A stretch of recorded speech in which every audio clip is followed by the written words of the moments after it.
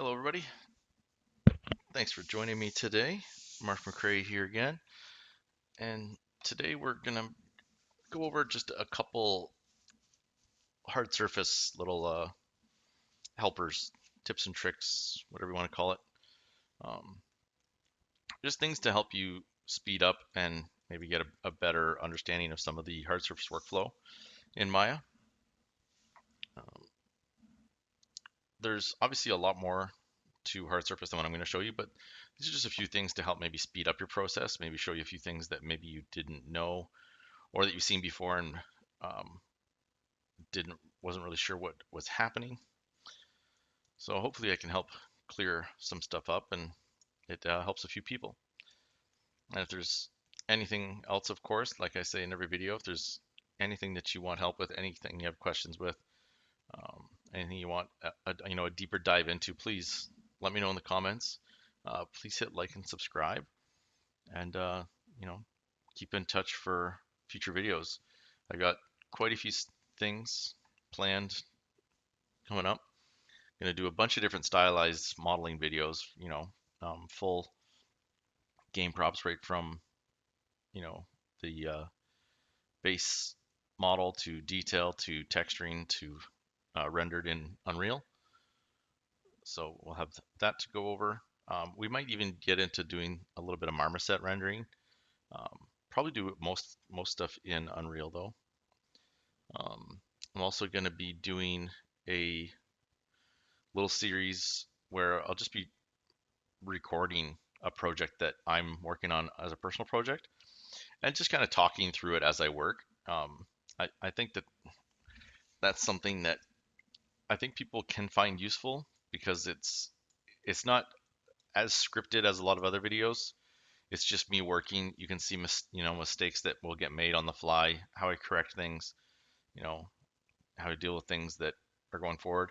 But I'll also talk about like how I organize my projects and you know different things like that. So hopefully you'll find some help in any of those things.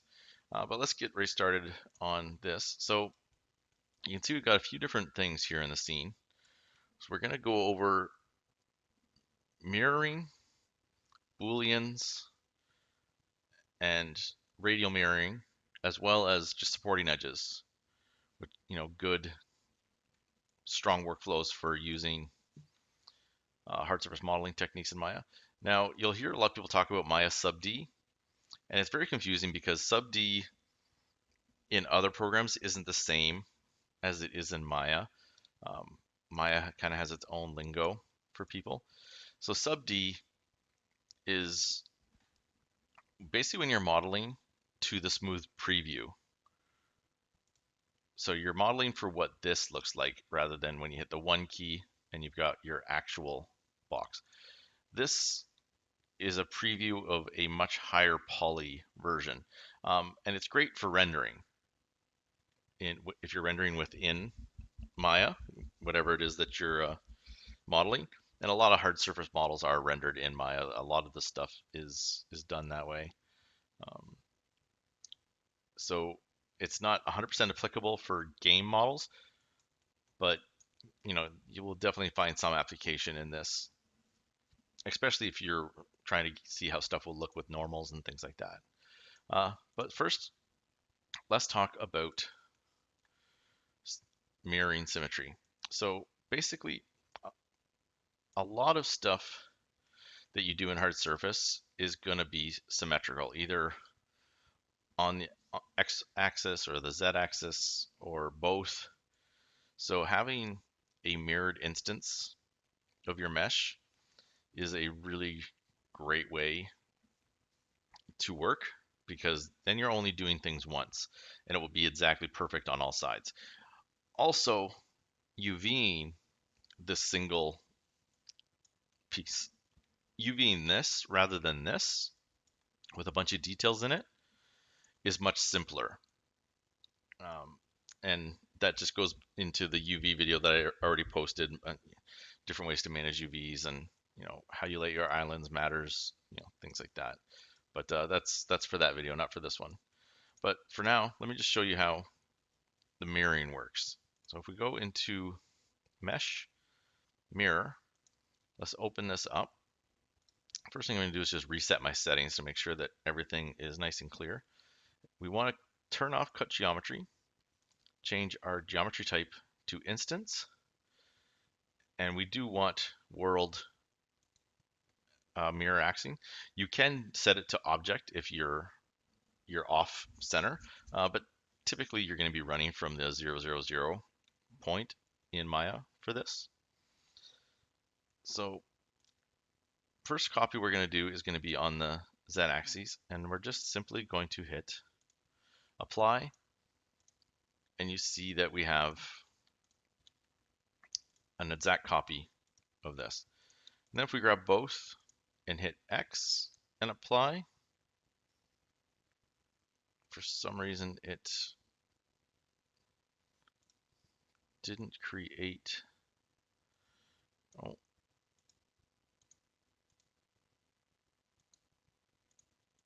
no, we got a second piece there for some reason. Okay, well, let's just hit this on the Z, and then we've got everything mirrored. Sometimes it's easy to forget which axis you need to do to get all the way around. But regardless, so say, you can see now when I grab just this, it's mirrored on all 4 objects. So anything I do here is going to happen on all of them, which, as we said already, drastically reduces our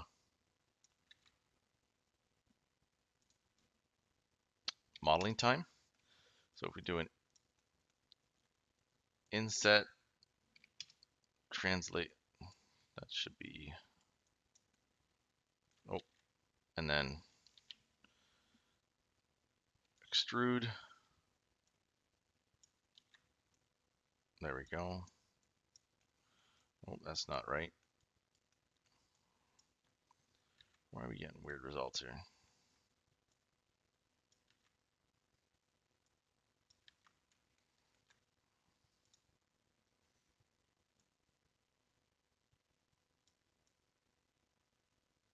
There we go.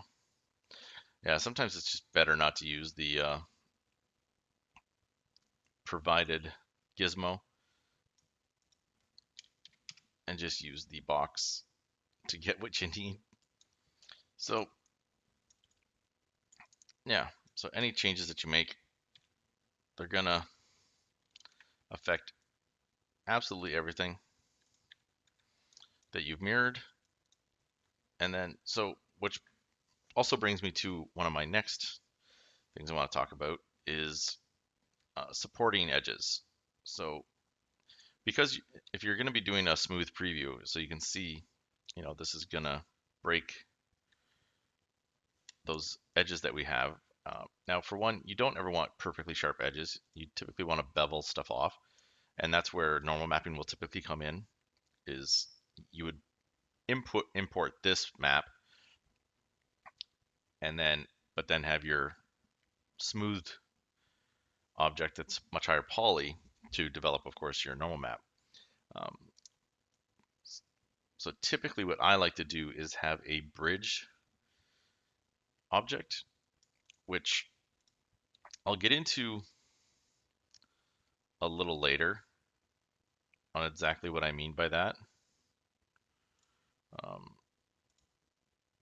When I'll eventually do a video demonstrating normal maps, but until that time, we're just, so that gives me supporting edges there, here. So I'm trying to set it so that when we hit that smooth, everything actually starts to hold its form.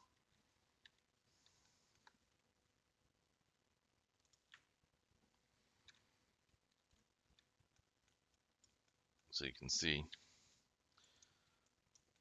for this top piece, because we have all of our proper supporting edges, we get a nice clean look. And then of course the further away that edge, oh, don't go too far, the sharper or duller that curve is. And so if you bring it in close enough, and of course you can always get too close because we're gonna go over top. So that is as opposed to actually beveling, which of course is also important for a lot of objects. Put that down a bit. But yeah, supporting edges, very important. If I was to take this object into ZBrush or wanted to get the normal maps for it, this workflow is what you would need to get, nice results for your normal mapping. Just make sure, one, I would, so say, sorry, I'm just gonna go through this here. Say this is my game model here. That's what I want. I would say export this, UV it, and then export it, and then add my supporting edges and export that one, because I want this to be the model that goes into game. So just keep that in mind when you're going forward, and we'll talk more about that in detail when I actually go through a full prop development video. But it's things to think about in the meantime. That you want to have, I usually have 3 different meshes. Like I said, I have my actual low, a bevel bridge low, and my high poly. And I'll demonstrate why later on. But I'm sure you can find other people that use a similar workflow. It doesn't seem to be super popular of a workflow for some reason. It definitely helps me get much better results on my normal maps, but for some reason it is not a workflow that I see out there a lot. But next thing I wanted to show is that we can do the same thing with radial symmetry, so that if you're making something again in your hard surface modeling that needs to be 100% symmetrical, you can do the same thing with radial. So if we delete all those faces, we want to recreate that circle again with this here. So first thing we're going to do, so actually, but for this, we're not going to use the mirror function. We're actually going to use duplicate special. Let's reset our tool. We're going to create, once again, an instanced copy. And then the first thing I want to do is copy this over on the Z axis. So let's do not translate, scale.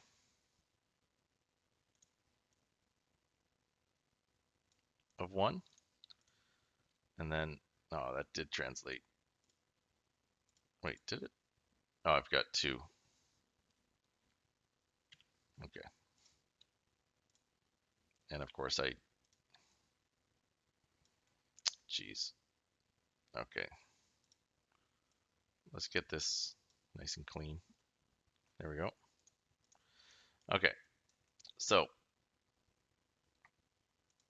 let's apply that. And then we grab both of these. Let's turn off the grid so we can actually see what we're doing. And then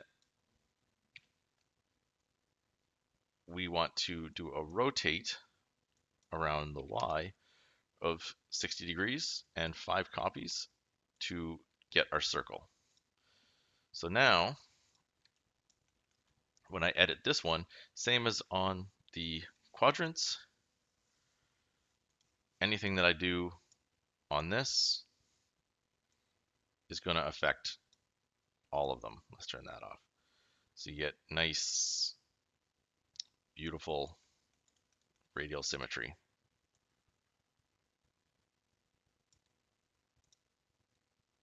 Oh.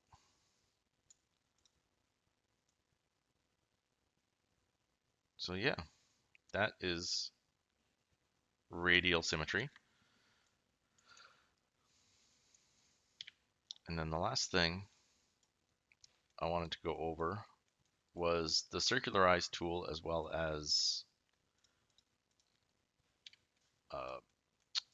Booleans. Actually, I do need that piece. So let's just get rid of this, grab this, set this into our 0, 0 space. And so the circular tool is a really great tool for hard surface modeling. Let's go to face mode. Let's grab all these faces here. So this is a quick, easy way to make circles that you can inset or pull out of your mesh. So you simply just grab your faces. If you control right or shift right click and choose circularize components, it will make a circle from the faces you selected. Now, one thing I would suggest is before you actually create your circle is grab your square that you want, do an extrude with an offset, maybe a bit higher than that, and create that offset. And then from there, do your circularize. Okay. Having that offset will create a much cleaner workspace for you when it comes to getting nice clean meshes. So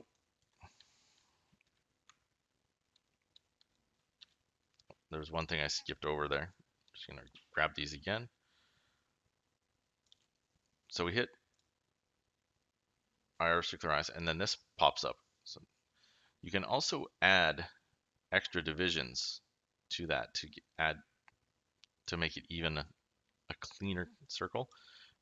But you know, maybe what you want is not something that's super clean. But if you do want a nice, clean, the more you add, and that what this is doing is just adding extra vertices in that space. Now it's important that when you do that, you then go in and actually clean up and get these quadded out properly. So just be aware that if you do add those extra vertices, you need to get this all connected up so that you don't have, you know, a super dirty n-gons everywhere mesh. For at the moment, we are not going to worry about it though. We are going to then do another offset. That's just to create a supporting edge. Extrude again, and we'll. Did we just lose our? Oh, I didn't do a second extrude. So we'll extrude again, push that in. Let's get our supporting edge there and there, so that when we hit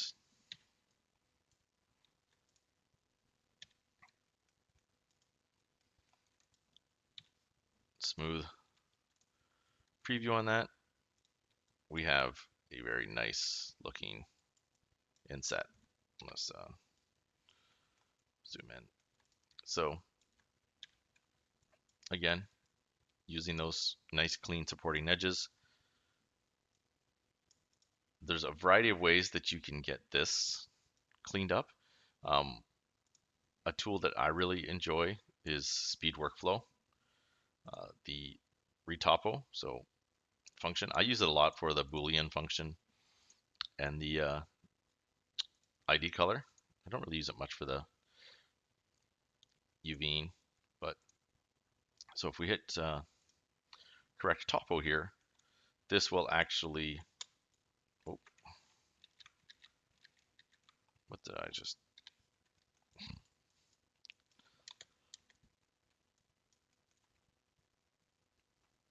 correct topo. Sorry about that. This will put in all of our supporting lines that we need, and it will quad or try out everything. Okay.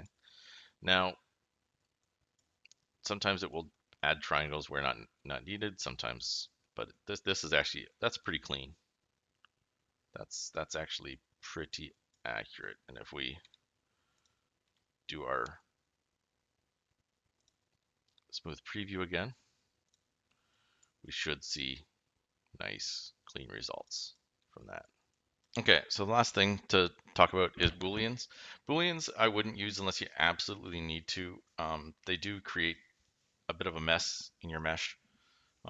Takes a bit to clean up. Now there are ways to speed up that cleanup, and I'll show that off a little bit here. Let's quickly just grab a cylinder, scale it up. Let's make it a bit higher poly, and then rotate that to 90 degrees. Go to our point snap to get it in there, and then let's just slap that in a spot. Not really huge important where exactly we put it. Let's just delete history on both of those. So grab the object you want to keep, the object that's cutting away with shift select, go to mesh, Boolean, and difference to cut away, union to make them all one mesh, which sometimes that may be what you need. Intersection, very rarely are you going to need it. So let's do that.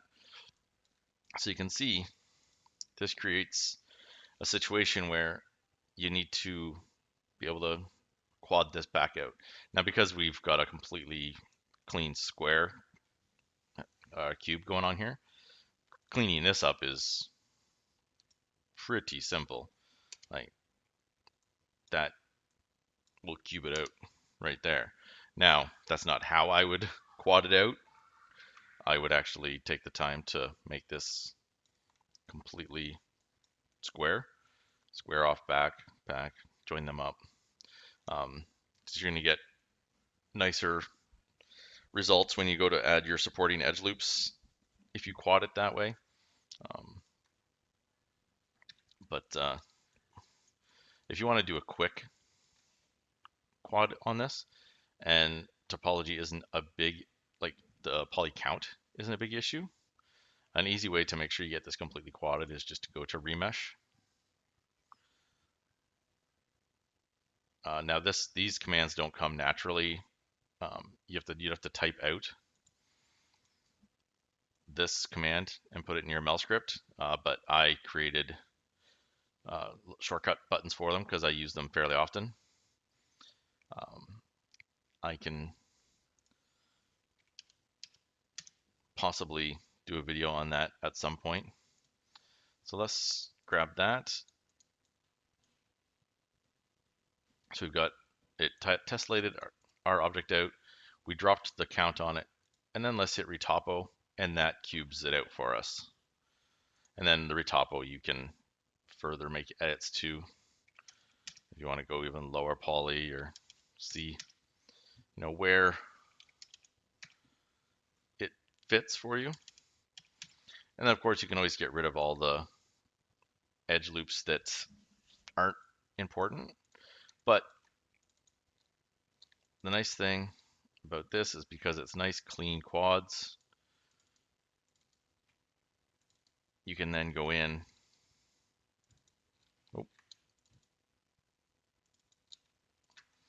and grab all the edges that you want to have supporting loops on. This is obviously only helpful on more basic meshes. More complicated meshes, you'll probably have to do a bit more manual work than this. But if we just go to bevel,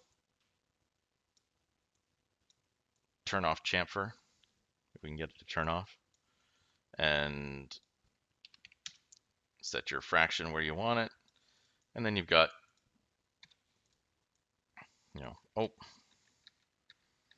So remember to select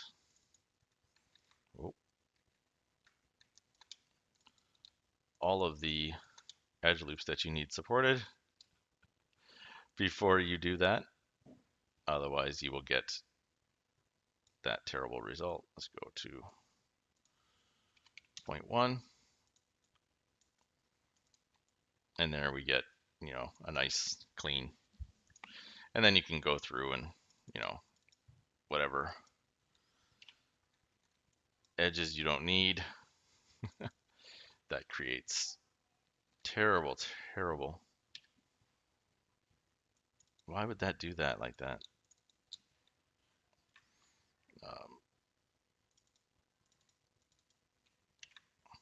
There's not. Oh, because I didn't do a control delete. I just hit delete on those edges. So it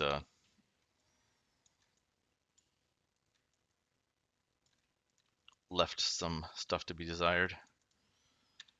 And did we?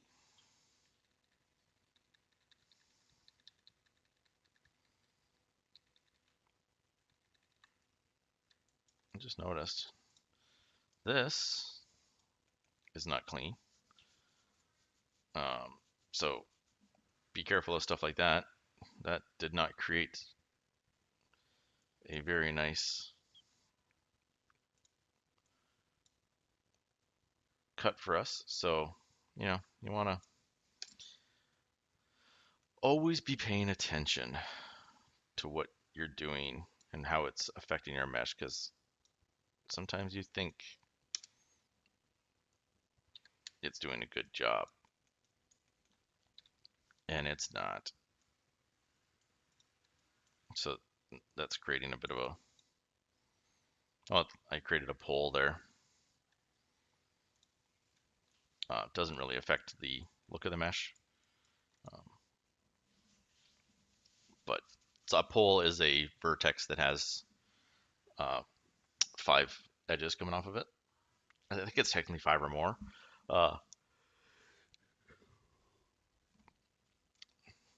Um, so because of that, it's not, a perfect square, and it messes with it. That's not really a big deal. For certain things it can be, but sometimes poles are actually helpful. There are cases for a lot of things. But yeah, that's Booleans and a little bit of retopo remesh. Just remember, be careful when you're using a Boolean function. It will create messes that you need to clean up. Even if you're using tools that are built into Maya to help you clean up, they don't always treat you exactly as you think they will.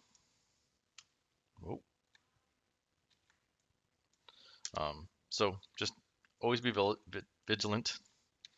When you hit that smooth mesh, look for where there's some oddities. And if you see oddities, try and discover why are they there? Is there something wrong? Do I have, n-gons? Because you want to keep things quadded as much as you can. I think that's enough said about Booleans. Yeah, just try not to use them if you can help it, and be aware that when you do need to use them, you're gonna require cleanup. It is adding a lot of extra work in that regard, but it can also save you in other regards. Just if you're punching holes in a mesh, use the circularize tool rather than punching things with a Boolean. And I think that's pretty much it. Actually, no, sorry, there's one more thing I want to show you guys that is super helpful. And that is the wedge tool. So the wedge tool is super handy when you want to create corners. So for example, if I wanted to create an air duct, for example, I would go to my multi-tool, grab both the face and the edge, and go to, is it mesh? I just forget where these things are. Edit mesh, wedge, and apply. And then you can see you can alter your divisions. Now, that, creates a nice spot there. The one problem that you may have with this is that, say you actually want this to resemble an air duct. Well, an air duct doesn't have a perfect 90-degree angle. If we, pull off from this, the air ducts don't have that. Air ducts are curved on both corners, correct? So for that, what you can then do is create, I believe what is called a jig is the proper terminology for this. But it's basically, it's a supporting mesh. That's essentially what you're doing. So let's turn back on point. Get this to the corner. It's not really. And then from here, what we can do, oh, that's actually not. We want to get this down on our edge because we want the wedge to follow this angle or this curvature on the inside curve. And I can, of course, change my cylinder here. I can make it, well, not that, make it a nice, a cleaner curvature. I can alter the size of this, which will then in turn alter the size of my elbow that I'm creating. But let's go here, turn that off. And then what you want to do is create a temporary pull down. Let's get to match the center of this. And then this is what's going to help us define. So this combined with this extra pull down is what's going to define our wedge. Okay, so multi-tool, face, and then we want this bottom edge because this is where we want the final face to be. And then we go to our wedge tool, apply. Now, for some reason, when you use a jig, it always goes in the reverse. So you just have to do a -90. And you see, that gives us exactly what we were looking for our angle. And then, any of the jigs that you were using,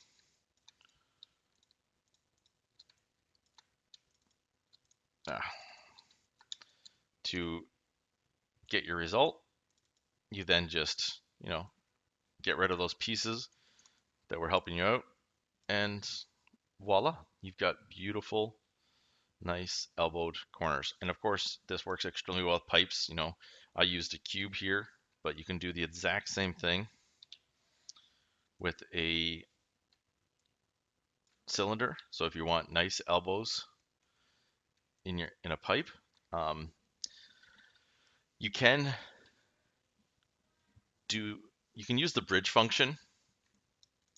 That's actually how I originally was doing this. So to show you how I used to do it, I would create this. Let's turn off point. I would get a second object, place it, about where I felt was right.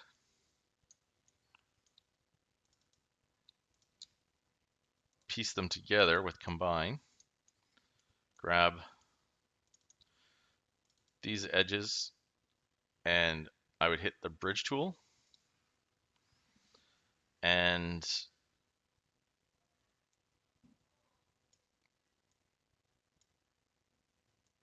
use the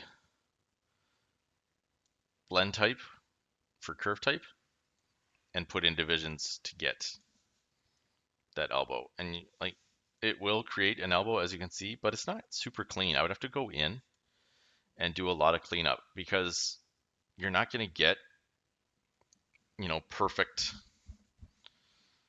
placed objects here where you need them. So once I discovered the wedge tool, it was a lifesaver. Now, another way that you can also do pipe corners is by using a torus. But again, this isn't always ideal because if you're adding to an already complicated mesh, this just doesn't really work. But it is a way to do it in a pinch. Oops. So you just grab those, Control Shift I, delete, and that gives you your elbow, but it's not as nice. And then you can,